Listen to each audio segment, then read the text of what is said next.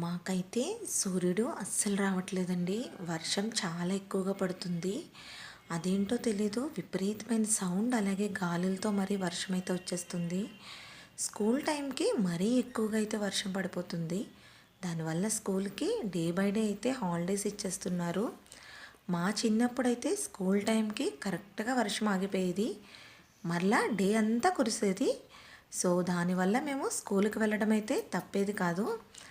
ఇప్పుడైతే మాత్రం అలా జరగట్లేదు.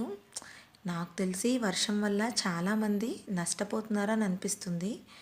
ఎందువల్లంటే ఇంత ఏకదాటిగా వర్షం కురిస్తే పాపం పనులు చేసుకునే వాళ్ళకైతే చాలా ఇబ్బందిగా ఉంటుంది కదండి. మొన్నటి వరకు విపరీతమైన ఎండలు, ఇప్పుడు చూస్తే విపరీతమైన వర్షం.